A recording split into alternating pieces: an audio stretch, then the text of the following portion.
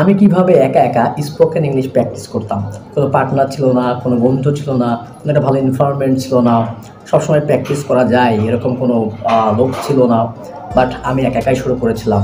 আমি ইউটিউবে ভিডিও দেখে ফার্স্টে ইংরেজি শিখতাম। কখনো আয়নার সামনে দাঁড়িয়ে নিজের সাথে নিজে প্র্যাকটিস করতাম। কখনো মোবাইল ফোন টা অন করে ক্যামেরাটা অন করে ভিডিও রেকর্ড করতাম, অডিও রেকর্ড করতাম। তারপর বারবার সেটাকে শুনতাম। সো শুরুর দিকে অ্যাকচুয়ালি আমি এভাবে শুরু করেছিলাম। আর আমি ছিলাম অনেক ইন্ট্রোভার্ট। আমার আশেপাশে এমন কোনো মানুষ ছিল না যারা ইংরেজি বলতে পারতো। সো এটা অনেক ডিফিকাল্ট ছিল কন্টিনিউ করা। তো ফার্স্টের দিকে অ্যাকচুয়ালি আমি ইউটিউবের ভিডিও দেখে ইংরেজি শেখা শুরু করি।